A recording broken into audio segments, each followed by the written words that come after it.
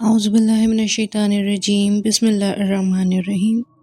پورم horror stories کی ایک اور نیو اسٹوری میں آپ سب کو ویلکم۔ آج کی کہانی بہت ہی دلچسپ اور پر اسرار ہے، تو آپ سب سے گزارش ہے کہ کہانی شروع کرنے سے پہلے میرے چینل کو لائک، شیئر اور سبسکرائب کرنا مت بھولیے گا۔ تو چلیں بغیر دیر کیے اپنی کہانی کا آغاز کرتے ہیں۔ یہ کہانی عائشہ کی ہے، جو پاکستان کے ایک چھوٹے سے گاؤں میں رہا کرتی تھی۔ عائشہ اپنے والدین کی ایک لوتی بیٹی تھی۔ یہ بات 2000 کی ہے، کیونکہ اس گاؤں میں لڑکیوں کو پڑھانے لکھانے کا اتنا رواج نہیں تھا، لیکن عائشہ کے والد نے پورے گاؤں کی مخالفت کرتے ہوئے اپنی بیٹی کو اسکول میں تعلیم دلوائی تھی۔ لیکن گاؤں میں میٹرک کے آگے تعلیم کے لیے کوئی ذرائع موجود نہیں تھے۔ عائشہ کے والد ایک کسان تھے اور ان کے کافی زمینیں تھیں۔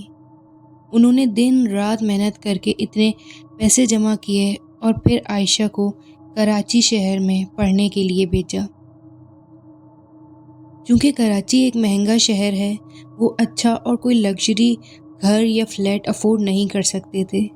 ان کا کراچی میں ایک دوست تھا جس نے ایک معمولی سا فلیٹ ان کو بتایا تھا، جو بہت پرانا اور قدیم بنا ہوا تھا، لیکن عائشہ وہ اس میں مطمئن تھی، کیونکہ اس میں ایک صاف ستھرا کمرہ، اس کے ساتھ ایک چھوٹا سا کچن اور باتھ روم تھا، جو کہ ایک لڑکی کے رہنے کے لیے کافی تھا۔ عائشہ کراچی کے اس چھوٹے سے فلیٹ میں رہنے لگی۔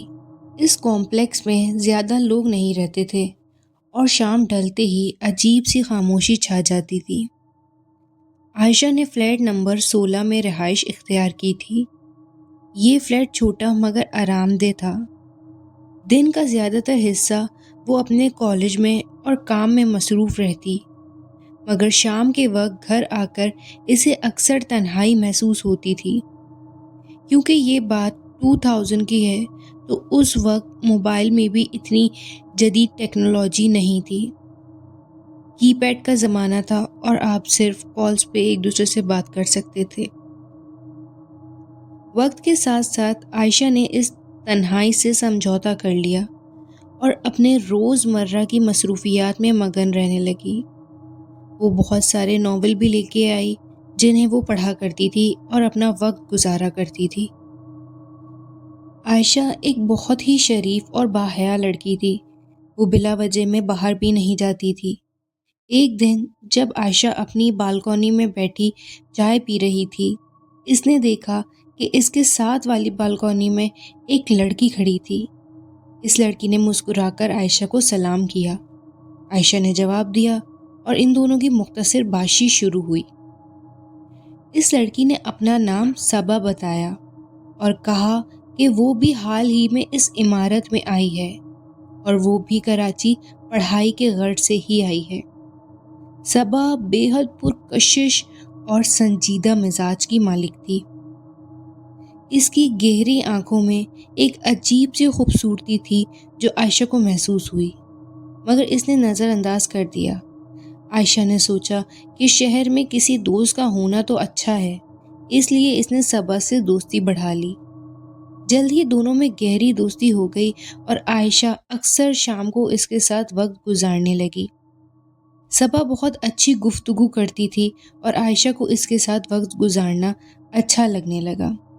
لیکن اتفاق کی بات تو یہ تھی کہ عائشہ اور صبا کی ملاقات کبھی بھی دن کے وقت میں نہیں ہوا کرتی تھی۔ وہ دونوں شام کو مغرب کے بعد ہی ملا کرتی تھیں۔ اس بات کو کبھی بھی عائشہ نے نوٹ نہیں کیا، مگر جیسے جیسے وقت گزرتا گیا، عائشہ نے کچھ عجیب و غریب باتیں محسوس کرنی شروع کر دیں۔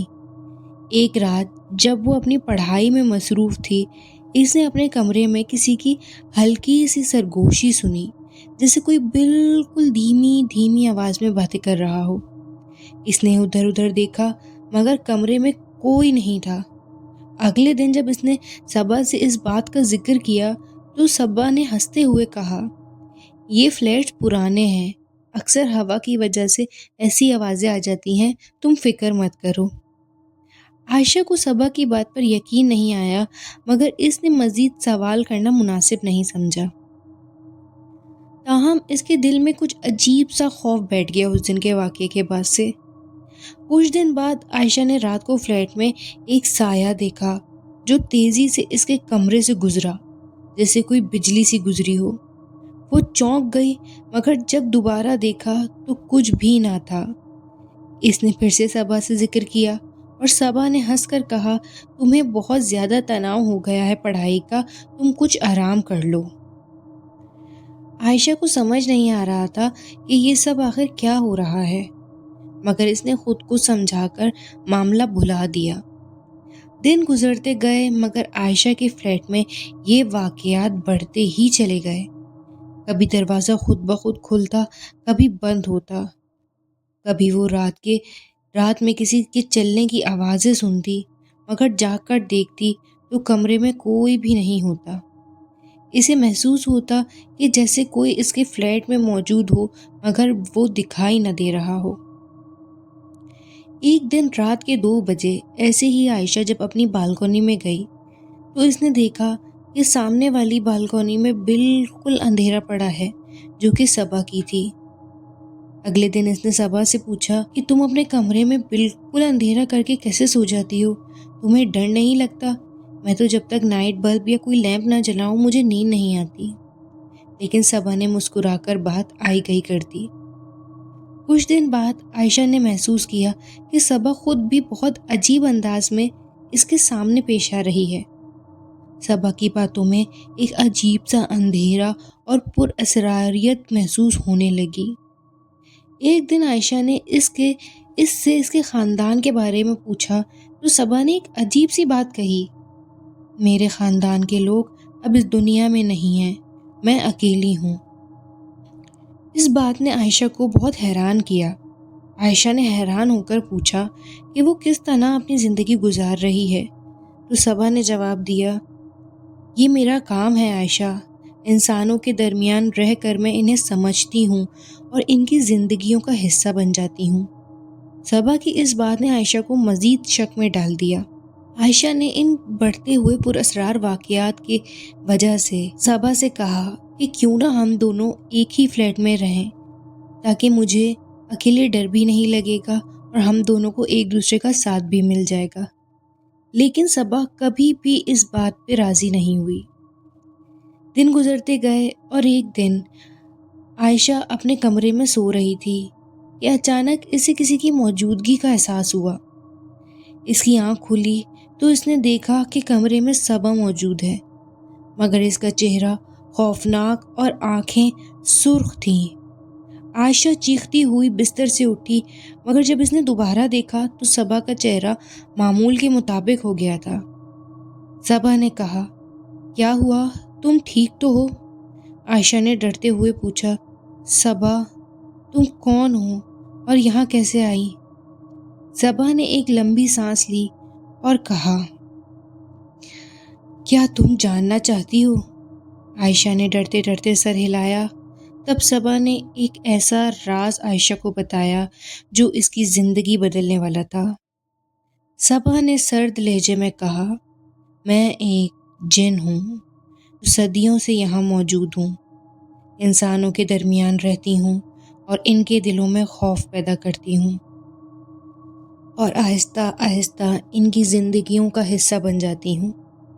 صبا کی اس بات نے عائشہ کو مزید شک میں ڈال دیا۔ صبا نے جب عائشہ کو خوف سے لرزتے ہوئے دیکھا تو اسے کہا کہ عائشہ تم ڈرو مت، یہ میرا اصلی روپ تھا، میں ایک جن ہوں، صدیوں سے موجود ہوں، انسانوں سے دوستی کرنا میری فطرت کا حصہ ہے، مگر میری حقیقت جان کر اکثر لوگ مجھ سے دور ہو جاتے ہیں۔ میں نے کبھی تمہیں نقصان پہنچانے کا ارادہ نہیں کیا۔ عائشہ کی سانسیں تیز ہو رہی تھیں۔ اس نے کانپتے ہوئے صبا سے پوچھا، تو کیا ہماری دوستی جھوٹ تھی؟ صبا نے آہستہ سے کہا، نہیں، ہماری دوستی حقیقی تھی، مگر میں انسان نہیں ہوں اور میرا مقصد ہمیشہ انسانوں کو خوف میں مبتلا کرنا رہا ہے۔ تم سے دوستی نے مجھے بدلا تھا، مگر میری اصل فطرت کو کبھی بدل نہیں سکتے۔ عائشہ کو ایک لمحے کے لیے کچھ سمجھ نہ آیا کہ وہ کیا کرے۔ صبا نے اسے بتایا کہ وہ یہاں سے نہیں جا سکتی کیونکہ اس جگہ پر اس کا قبضہ ہے۔ عائشہ نے جلدی سے فلیٹ چھوڑنے کا فیصلہ کیا اور اپنی ضرورت کی چند چیزیں سمیٹنے لگی، مگر جب وہ دروازے کی طرف بڑھی تو دروازہ خود بخود بند ہو گیا۔ عائشہ نے خوف سے صبا کی طرف دیکھا اور صبا نے مسکرا کر کہا، یہاں سے جانا اتنا آسان نہیں ہے۔ عائشہ نے ایک لمحے کے لیے خود کو سنبھالا اور کسی طرح اپنے والدین سے رابطہ کیا۔ انہوں نے اسے ایک عالم کے پاس جانے کا مشورہ دیا۔ عائشہ اگلے دن ایک بزرگ عامل کے پاس گئی اور ساری بات بتائی۔ بزرگ نے دعا اور ورد کا طریقہ بتایا اور کہا کہ وہ اپنے فلیٹ میں جا کر یہ دعائیں پڑھے۔ اسی رات جب عائشہ نے بزرگ کی بتائی ہوئی دعائیں پڑھنی شروع کی، صبا کا چہرہ خوفناک شکل میں تبدیل ہونے لگا۔ اس کی سرخ آنکھیں اور زیادہ چمکنے لگیں اور وہ زور زور سے چیخنے لگی، مگر دعاؤں کے اثر سے اسے پیچھے ہٹنا پڑا۔ صبا چیختی رہی اور آہستہ آہستہ فلیٹ سے غائب ہو گئی۔ عائشہ نے فلیٹ چھوڑ دیا، مگر صبا کی دوستی اور اس کا پراسرار روپ ہمیشہ اس کی یادوں میں ایک خوفناک سایہ بن کر رہ گیا۔